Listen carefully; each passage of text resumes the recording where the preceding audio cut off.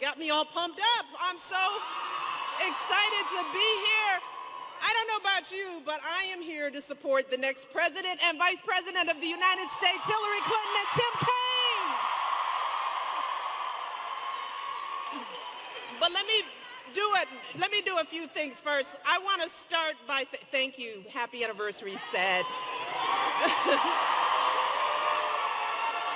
Yeah, me and Barack just celebrated our 24th wedding anniversary yesterday. Yeah. Thank you, guys. But let me first thank Caitlin, because she is a phenomenal representative of this school. I know that she speaks for all of you because she is amazing, hardworking, articulate, beautiful, well-dressed, well-mannered. So I want to thank Caitlin for that wonderful introduction. It takes a lot to come out here and talk to all you with all this excitement, so she did a phenomenal job. I also want to recognize a few other people. Your candidate for U.S. Senate, Deborah Ross, who is here. There she is. And I want to recognize Congressman Butterfield and Price. I know Congressman Price is here. And your former governor, Governor Hunt, and First Lady Hunt, former First Lady Hunt. But I have to say that I have to thank all of you here at NC State for coming out. Oh my goodness, thank you. Woo. So I'm back on the campaign trail. Whoa, who would have thought? It is hard to believe that we are so close to Election Day, and as I've been sharing with people as I've been going around the campaign trail, we're almost at the end of our time, our family at the White House. Yeah. It's okay. It's okay. Because we got hey.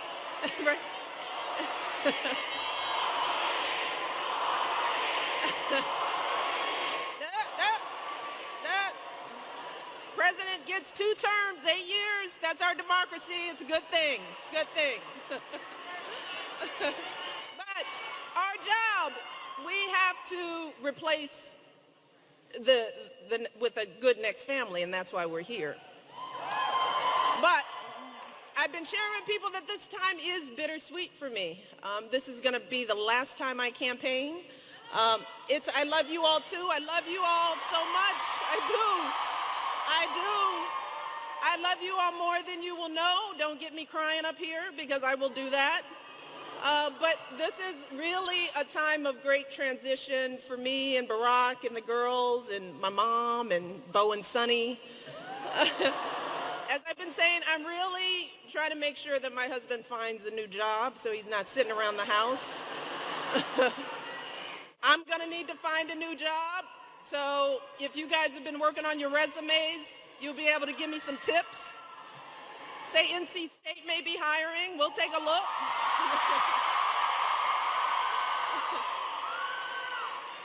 But we gotta move out of our house.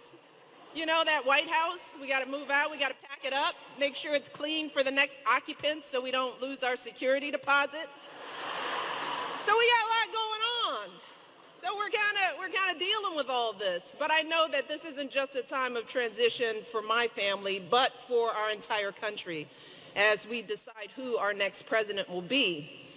And transitions like this are difficult because they involve a lot of uncertainty. And we saw that back in 2008 when Barack was first elected. Some of you may be too young to remember because I'm looking at you all and you all are so young. Many of you. But back then, I don't know if you remember, but people had all kinds of questions about what kind of president Barack would be. Things like, would he understand us? Would he protect us? But as I want to remind people that there were also those who had other kinds of questions they continued to ask for the past 8 years, like whether Barack was born in this country. And I make a point to point this out because these questions were hurtful. They were deceitful. They were deliberately designed to undermine my husband's presidency. And they are questions that cannot be blamed on others. They can't be swept under the rug. I'm certainly not sweeping anything under the rug.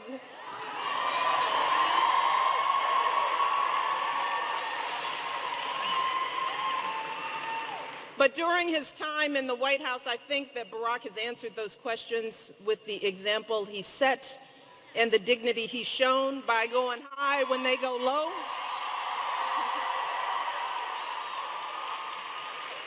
But more importantly, I think he's answered those questions with the progress that we've all achieved together. Progress like passing health reform, creating millions of new jobs, slashing the unemployment rate, lifting millions of people out of poverty, expanding LGBT rights so marriage equality is now the law of the land. I could go on. But even after all this progress, it is understandable that folks are feeling a little uncertain as we face the next transition. So the question is, how do we sort through all of the negativity, all the name calling in this election, and choose the right person to lead our country? Well, one of the reasons why I'm out here, and I wanted to be out here, was because I have a unique perspective on the presidency. I have seen it up close and personal for 7.5 years. And I've learned a lot about what it takes to do this job. First and foremost, this job is hard. It is really hard.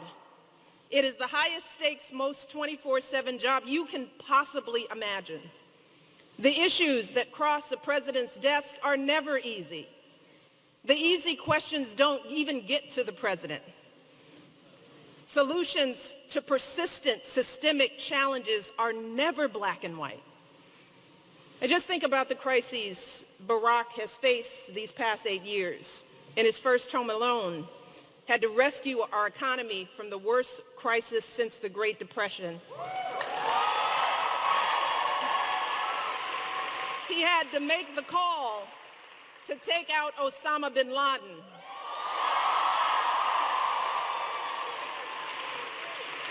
He has had to respond to devastating natural disasters like Hurricane Sandy and so much more. So when it comes to the qualifications, we should demand in a president. To start with, we need someone who will take the job seriously. Someone who will study and prepare so that they understand the issues better than anyone else on their team. We need someone with superb judgment in their own right. Because yes, a president can hire the best advisors on earth, but I guarantee you this, 5 advisors will give 5 different opinions. And it is the president and the president alone who always makes the final call. We also need someone who is steady and measured. Because when you're making life or death, war or peace decisions, a president cannot just pop off or lash out irrationally. You can't do it. And I just have to say this. I think we all agree that someone who's roaming around at 3 a.m. tweeting should not have their fingers on the nuclear codes.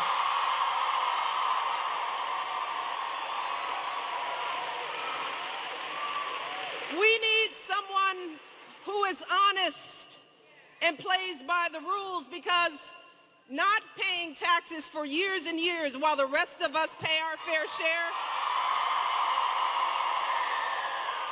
See, that does not make you smarter than the rest of us.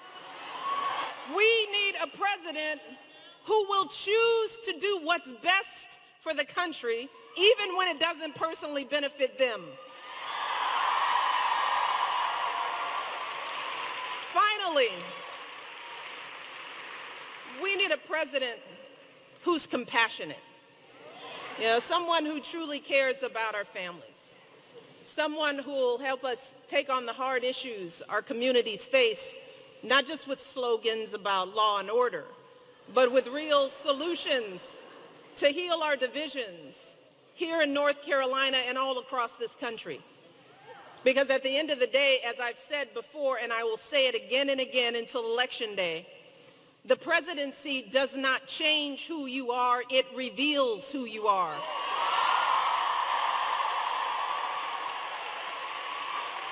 And trust me, the same thing is true of a presidential campaign. U.S. presidential campaigns are very long, nearly 2 years or half of one entire presidential term, which gives voters a chance to get to know and observe a candidate's behavior over a meaningful period of time.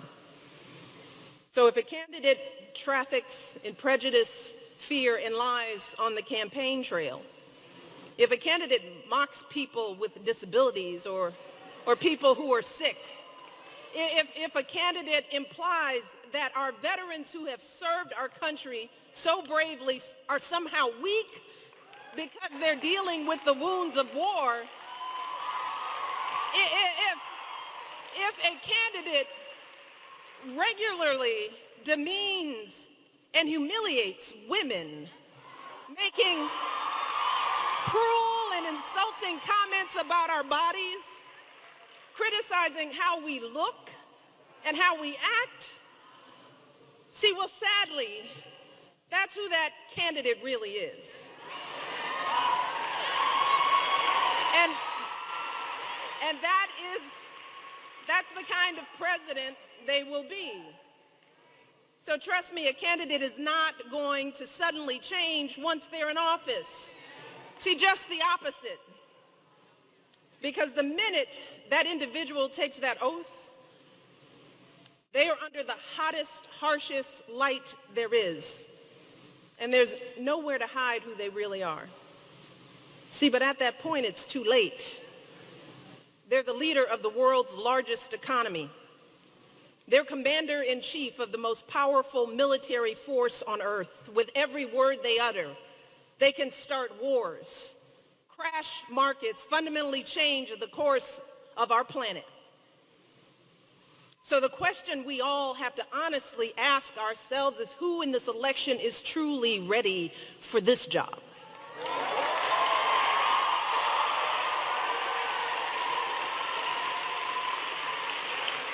I am obviously here because it is crystal clear to me that there's only one person in this race who we can trust with those responsibilities, only one person with the qualifications and temperament for this job, and that person is our friend Hillary Clinton.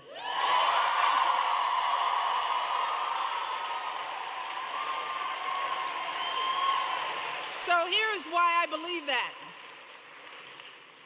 And trust me, I don't campaign for just anybody. See, we know that Hillary's the right person because we've seen her character and commitment, not just during this campaign, but over the course of her entire life.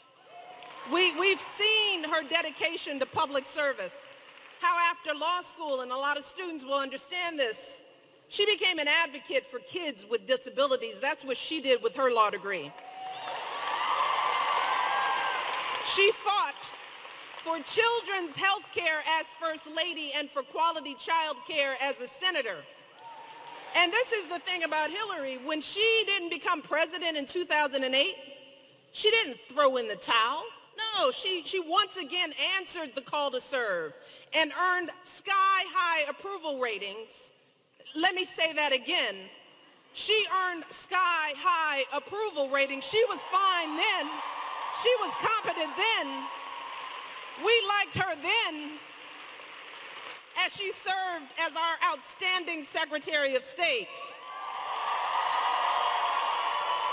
And for those who question Hillary Clinton's stamina to be president, Hillary's resilience is more than proven, as she discussed during the debate last week. She's the only candidate in this race who's traveled to 112 countries, who has negotiated a ceasefire, a peace agreement, a release of dissidents, who spent 11 hours testifying before a congressional committee. Please. Hillary Clinton is tough. When she gets knocked down, she doesn't complain. She doesn't cry foul. No. She gets right back up, and she comes back stronger for the people who need her most. And let's not forget that Hillary is one of the few people on this entire planet, and clearly the only person in this race, who has any idea what this job actually entails. The staggering stakes, the brutal hours, the overwhelming stresses, and here's what I say about Hillary. She knows all that, and she's still willing to take this job on. Because here's what I want our young people to understand. Hillary represents everything we teach these kids. That you use your talents to help as many people as possible. That's why she's running. See, now for me, that's dedication. That's what love of country actually looks like. So when I hear folks saying that they just don't feel inspired in this election, I have to disagree, because right now, we have an opportunity to elect one of the most qualified people who has ever endeavored to become president. Hillary has been a lawyer, a law professor, First Lady of Arkansas, First Lady of the United States, a U.S. Senator, Secretary of State. And that's why I'm inspired by Hillary.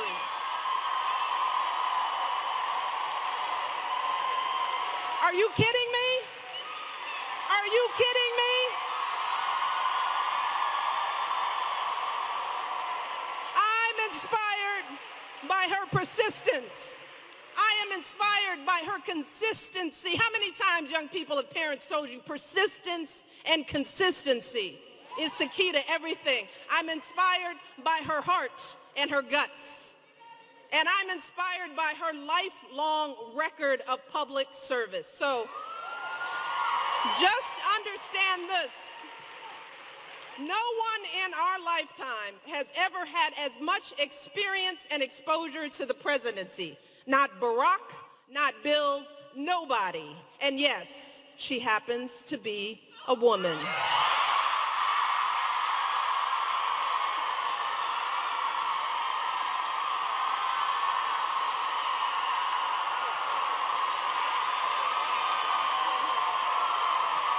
So, trust me, I've been there. I've seen this job. I've lived with this job. Experience matters. Don't be fooled. Preparation matters. Temperament matters. And Hillary Clinton has it all. She's the real deal.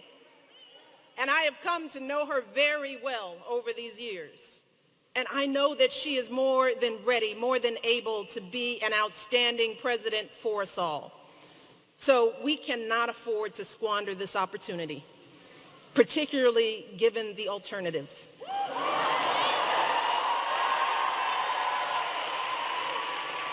Because what we do know is that being president is nothing like reality TV. This is not an apprenticeship.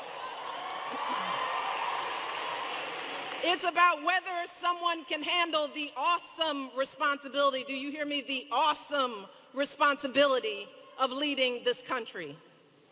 So as you all prepare to make this decision, and I hope that there are people here who are undecided, I urge you to ignore the chatter and the noise and ask yourselves which candidate really has the experience, the maturity, the temperament to handle this job. Which candidate's words and actions speak to the values we share, values like inclusion,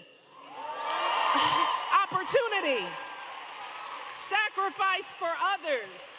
Because your answers to these questions on Election Day will absolutely ultimately determine who sits in the Oval Office after Barack Obama. And I want to be clear.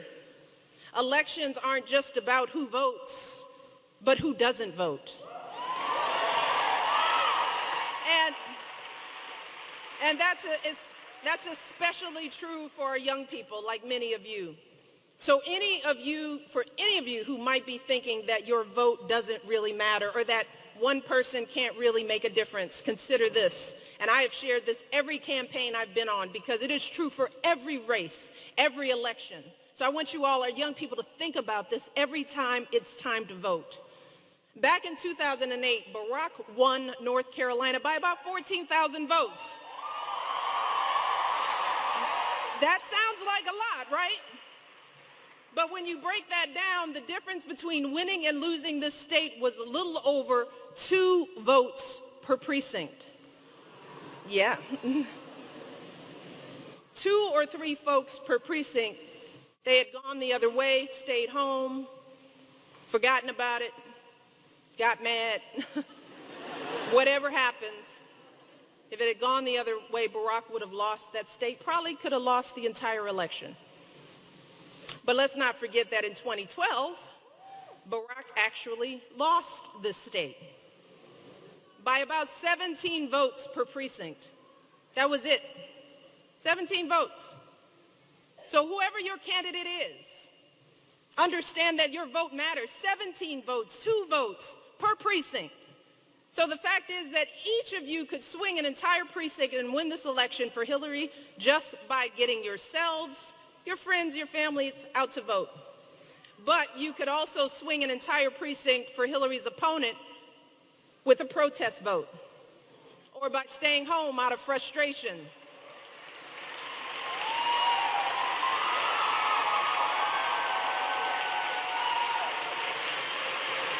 Because here's the reality. Either Hillary Clinton or her opponent will be president this year. And if you vote for someone other than Hillary, or if you don't vote at all, then you'll be helping to elect Hillary's opponent. And in my opinion, the stakes are far too high to take that chance. And remember, it is not about voting for the perfect candidate. There is no such thing. Presidents are human. In this election, it's about making a choice between 2 very different candidates with very different visions for our nation. So the question is, do you want Hillary Clinton to be your president, or do you want her opponent to be your president? If you choose Hillary, like I do, then we got to get to work. It's plain and simple. Things are close here. And it's not enough to come to a rally, get a selfie. I know y'all love your selfies. It's not enough to get angry and just speak out about the change we need. We all must take action to elect folks who will stand with us to make that change. So you need to get yourself and everyone you know registered to vote today. And we have volunteers here today who can help. I want you to find them and get registered before you leave. And you can also visit iwillvote.com to check your registration status, especially for students. And you can get registered online as well.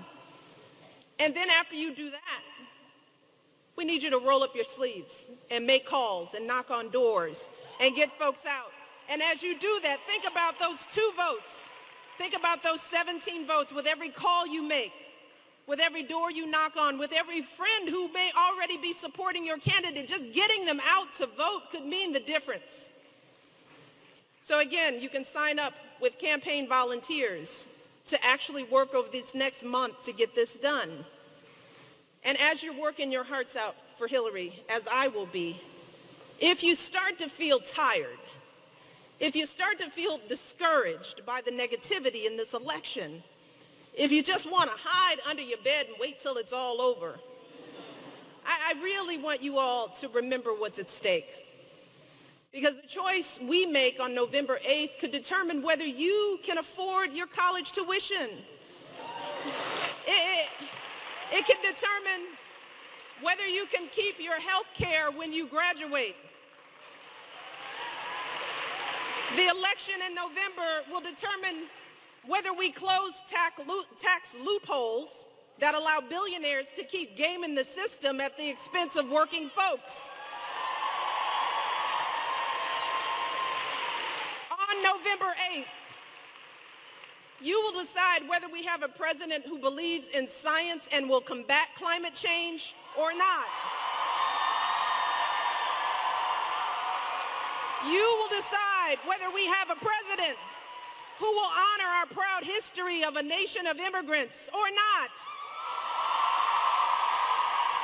You will decide whether we have a president who thinks that women deserve the right to make our own choices about our bodies and our health or not. That's what's at stake. That's just the tip of the iceberg. So we can't afford to be tired or turned off, not now. And I want you all to hear this, because while this might feel like a time of uncertainty and division, when I look out at crowds like this, at our young people, I have never felt more hopeful about the future of this great nation.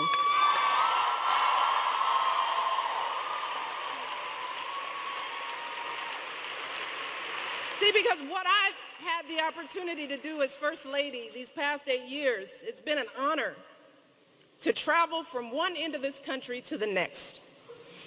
I've met people from every conceivable background and walk of life.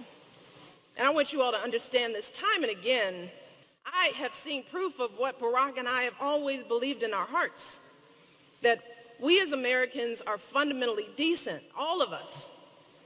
And we all truly just want the same things. Time and again, Barack and I have met people who disagree with just about everything we've ever said, but who still find it in their hearts to welcome us into their communities with open hearts, willing to listen. And while we might not always change each other's minds, we always walk away reminded that we're not all that different.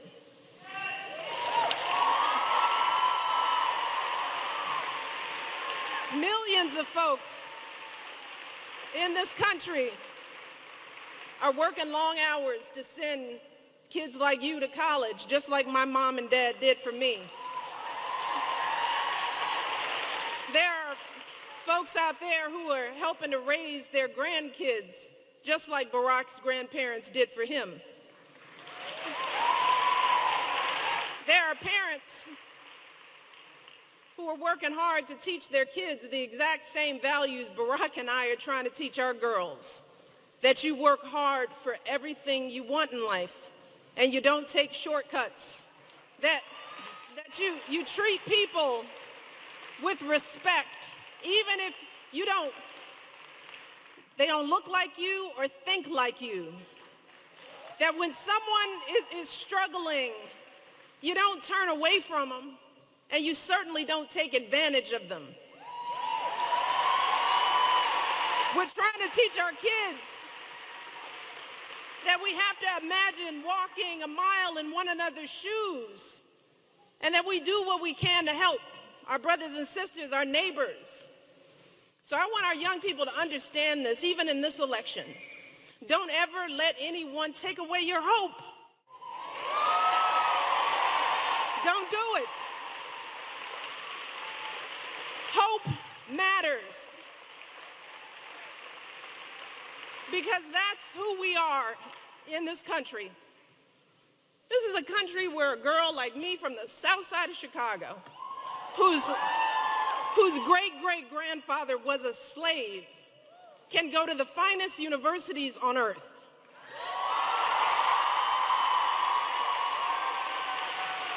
We live in a country where a biracial kid from Hawaii, who's the son of a single mother, can become president.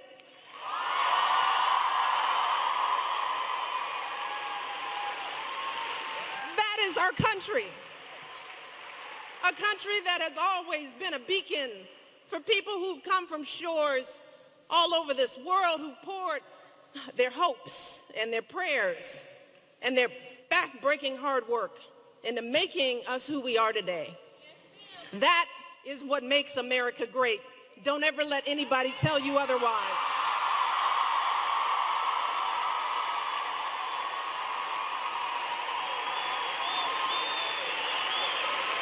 And I am here today because we deserve, our young people deserve, a president who can see those truths in us. A president who believes that each of us is part of the American story and that we are always stronger together.